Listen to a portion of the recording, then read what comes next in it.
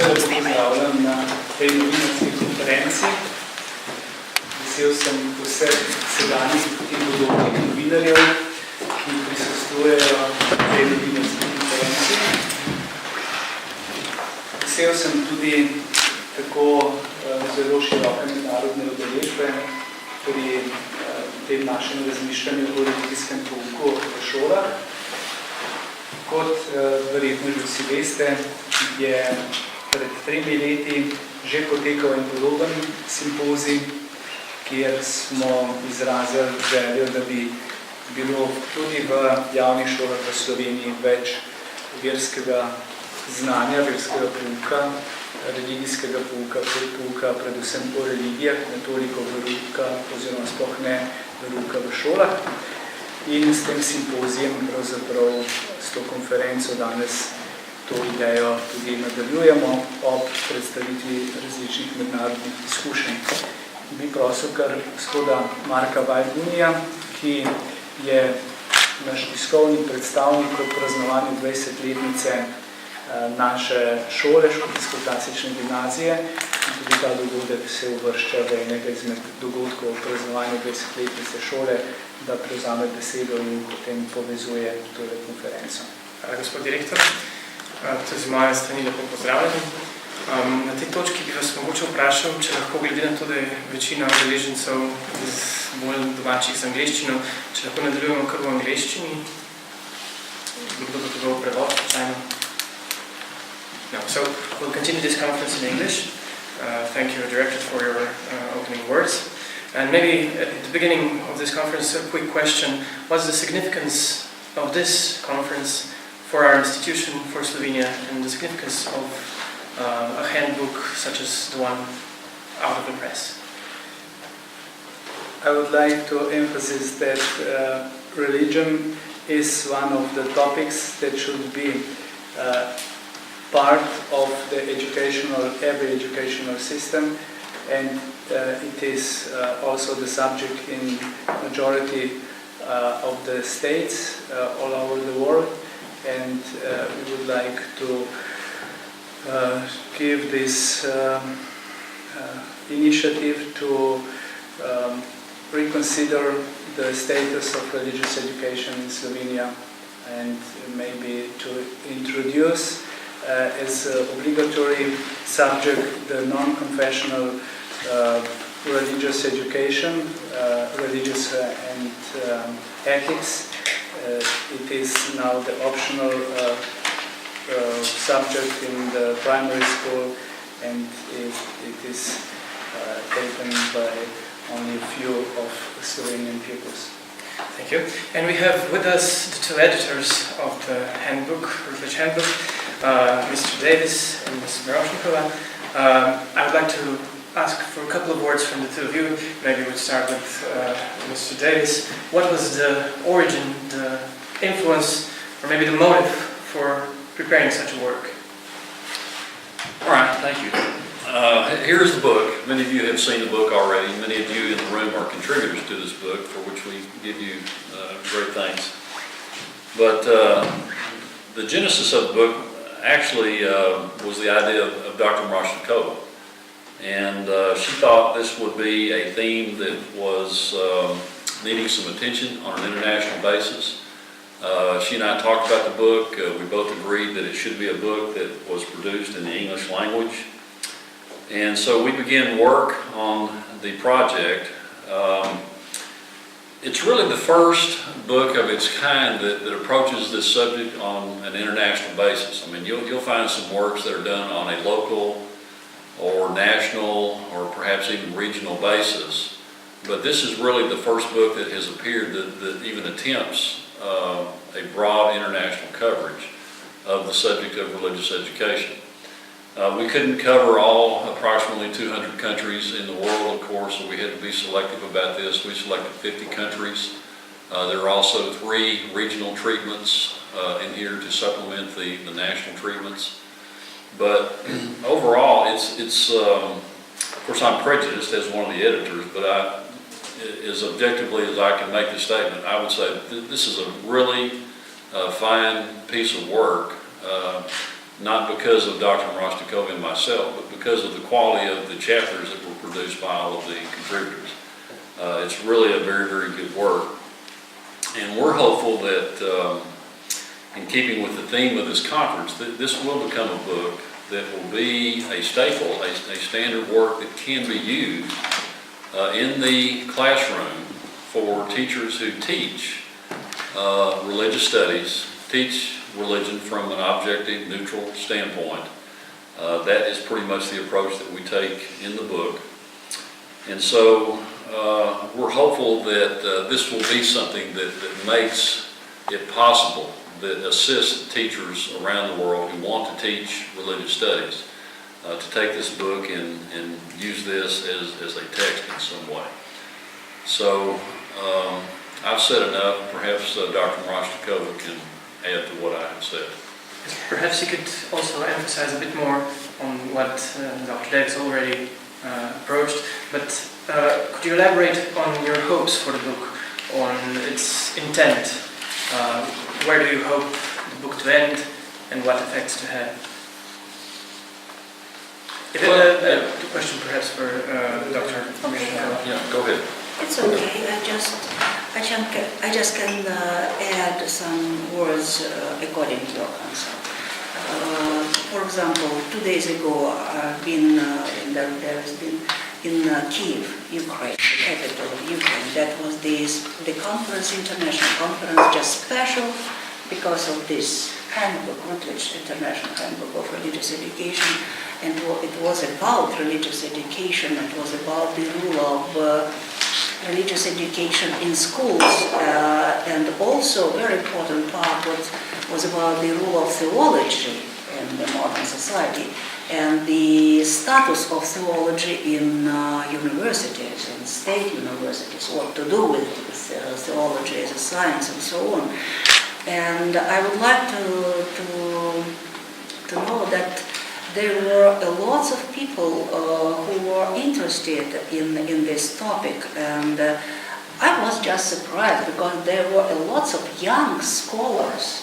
They were very, very emotional, even influenced in this problem, and they are thinking about how to do the best the situation. And of course, the people from the representatives from the Russian Orthodox Church, from Catholic Church, from Protestant organization. So the thing is that this book it's very useful for the society, and that the goal was to give such a work which can concentrate the whole view of religious education in our world. Of course, and Derek said already, we cannot analyze the 200 countries. It's impossible. But we just the authors, the contributors shows the most popular, so to say, most important models of religious studies.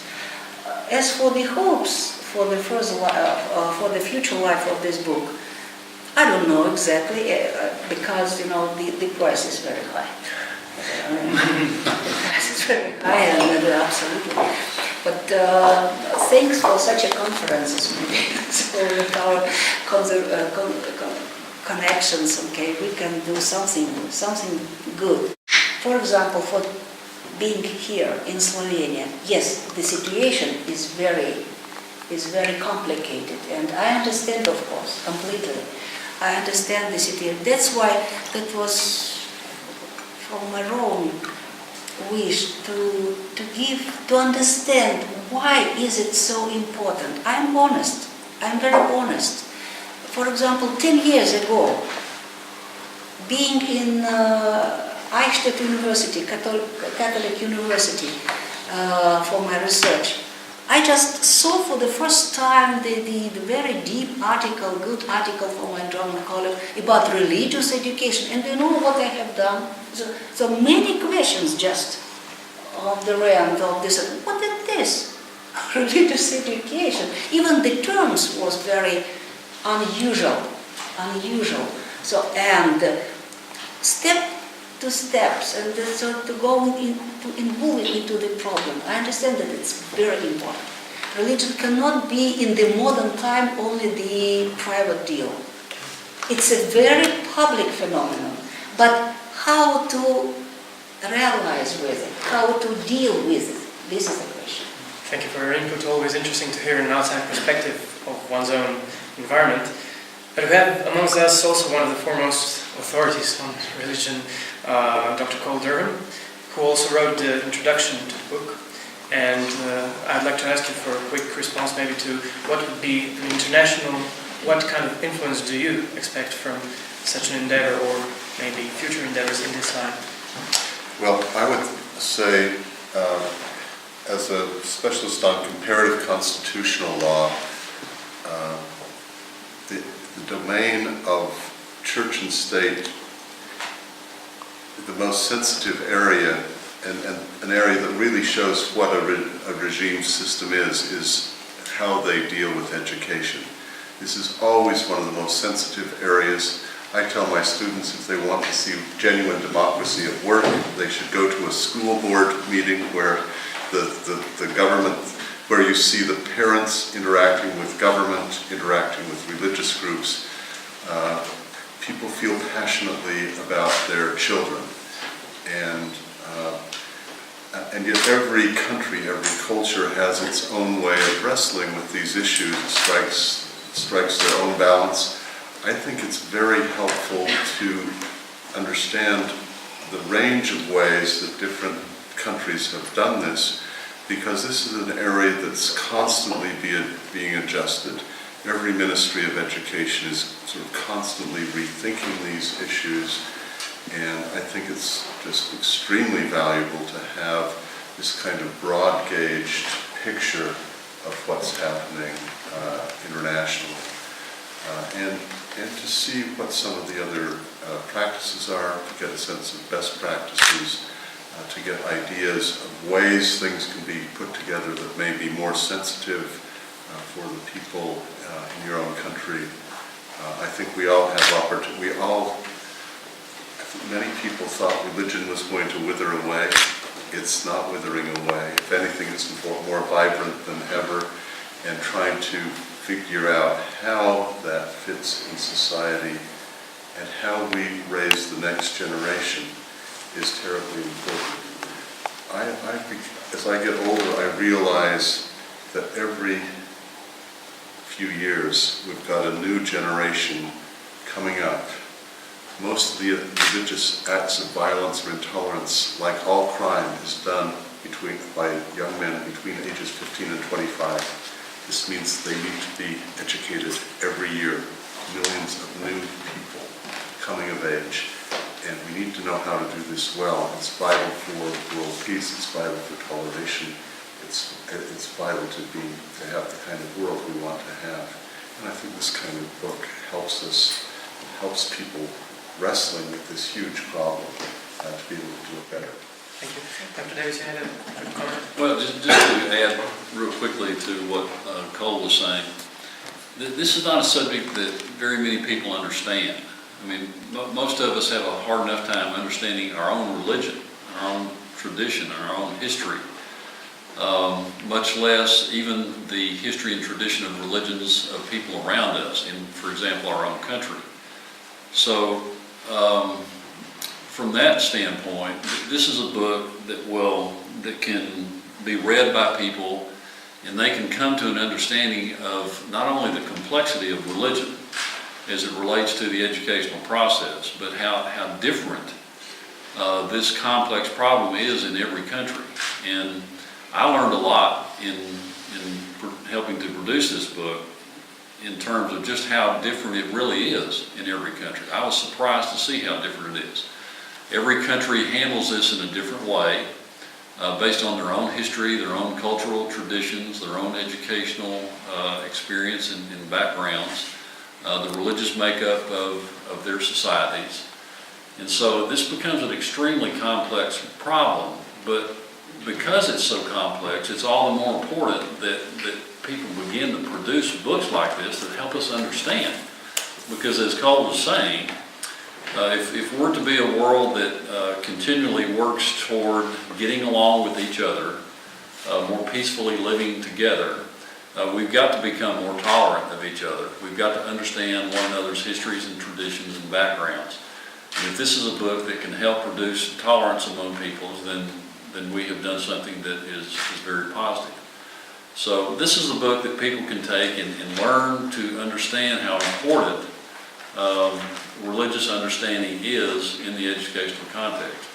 I mean, from my own standpoint, you can't be an educated person if you don't understand the role of religion in history, not just in your own backyard, but around the world.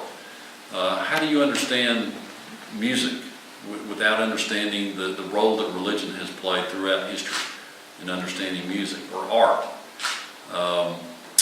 or astronomy? I mean, for most of human history, we understood that the earth was the center of the universe, and this was a religious worldview, a religious universal view. Well, we learned, I guess, in the 15th century that we had a heliocentric solar system in which we were only one of several planets that was rotating around the sun, and the sun happened to be located in not an all-central place in our own galaxy, and we weren't even sure about where our galaxy was in the totality of the universe. So this in and of itself is educational, but the background of this is a religious perspective that we have begun to move away from. So something as simple as how do we understand the astronomical elements of what is around us is important. So it's a book that I think can really help begin to encourage others to do similar kinds of works that can help develop tolerance around the world. Thank you, Dr. Davis. Maybe before I open up the floor for questions, a word from Dr. Drago Čipman, who also is a huge promoter of this conference and did a lot of work in preparation. How do you see the conference proceeding so far? Maybe a quick sum up of what we've heard and what the hopes were for this conference from your side. Yeah.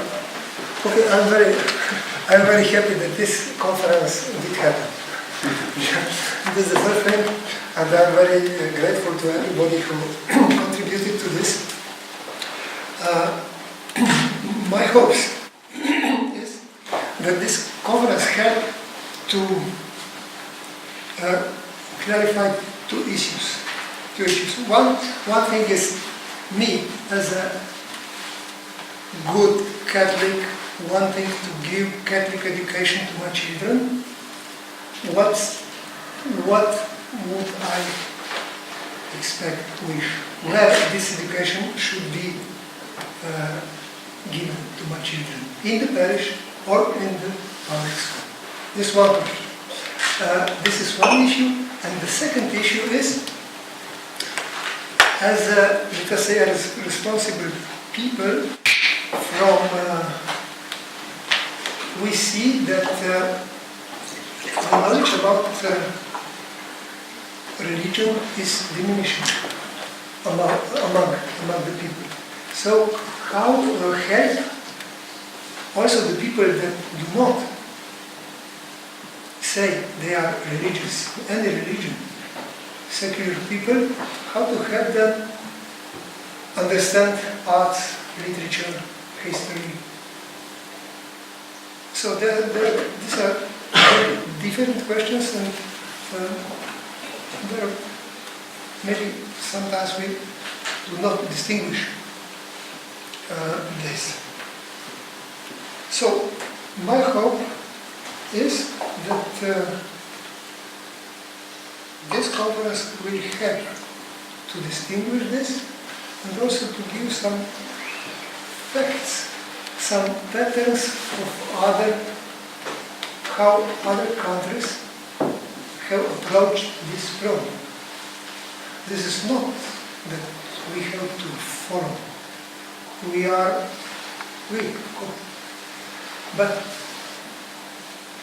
if many countries have followed so approximately this direction, there could be some, we can get some message. Thank you. And maybe if you have any questions, journalists, other contributors of the book, any other interests too, or even the journalists, hopefuls in the back perhaps. The whole conference shows very different models of dealing with this issue.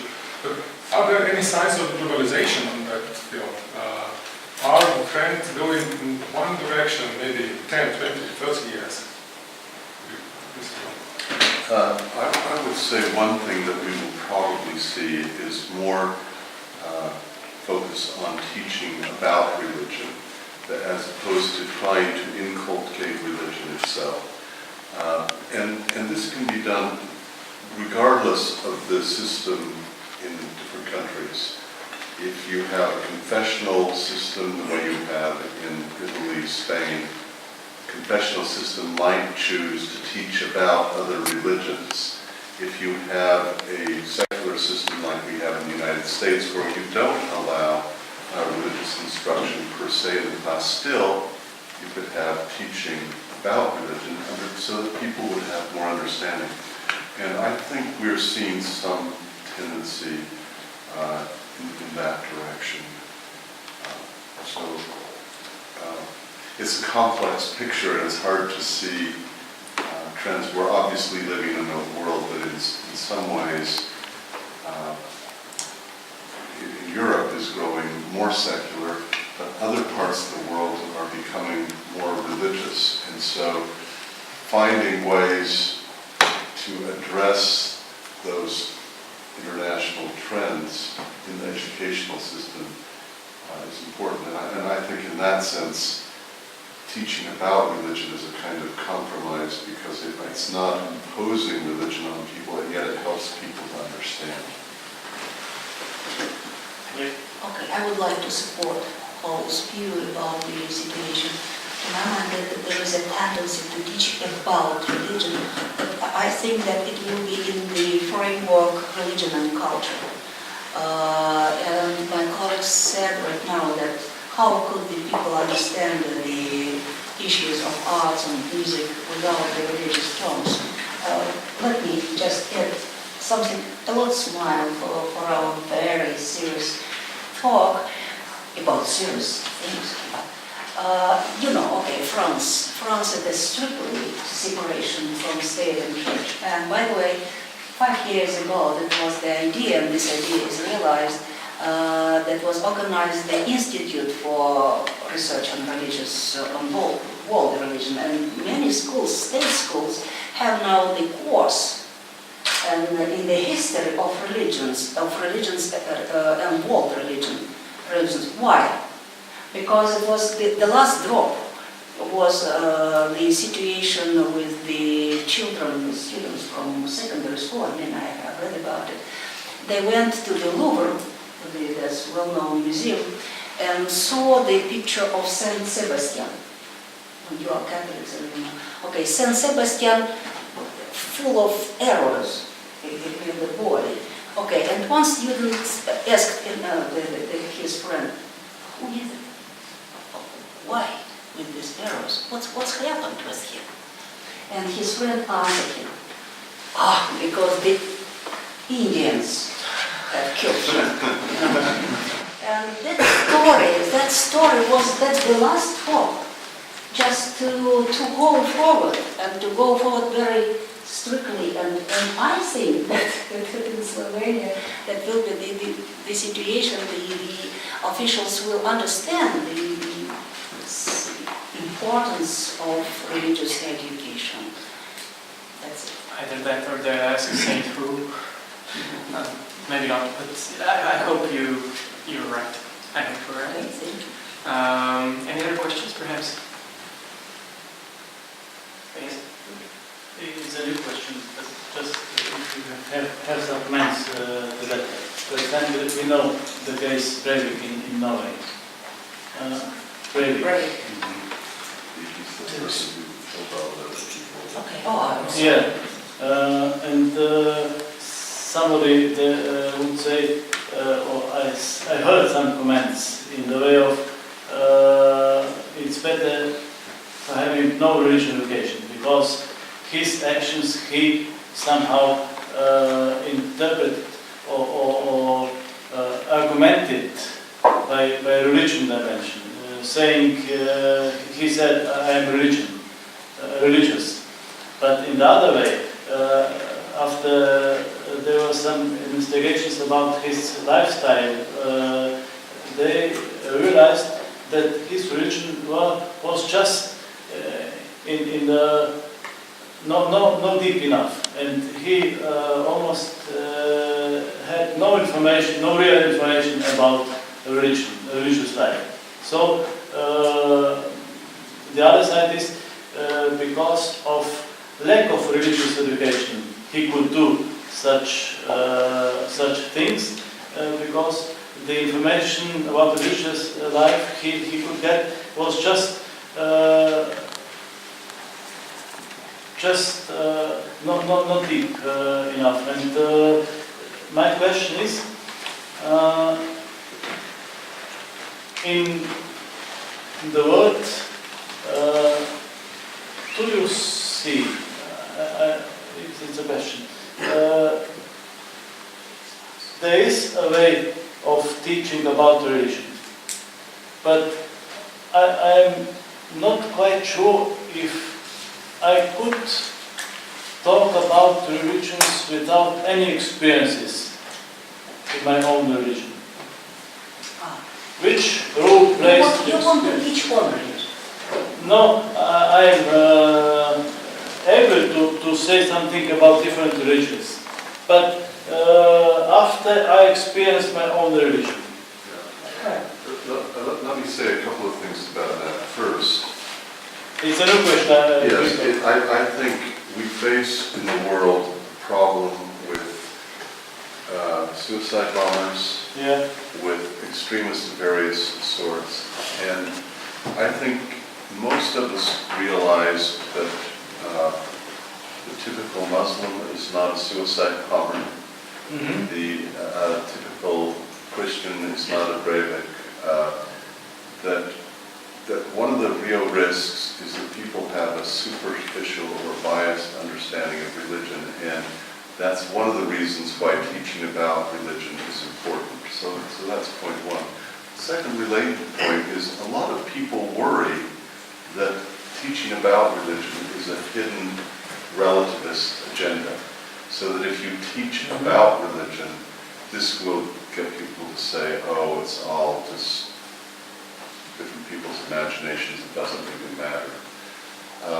There's not a lot of empirical evidence on this, but the little empirical evidence we have is that people who listen, or students who take courses about religions, end up being reinforced in their own faith.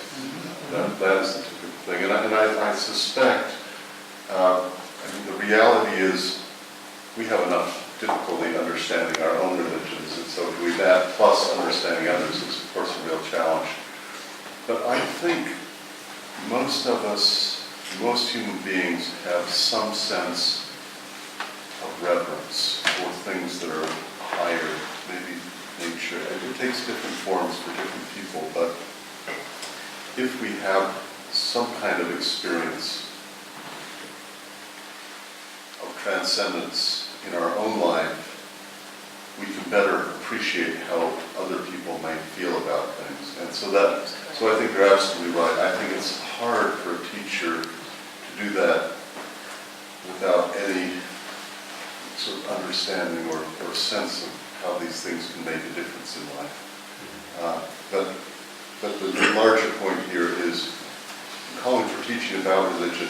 It will help deal with problems of extremism coming from superficial understanding of religion, and it doesn't necessarily lead to relativist results or undermining all religion. I think it can be helpful. Thank you for your response. Maybe if we agree we got a bit too technical and too abstract for the margins of this conference, so I suggest we pick this up in the general discussion in the afternoon. And for now, I'd only like to give the word to Roman Walker, Director of the institution, once again, to briefly announce the You afternoon are program. very warmly invited to take the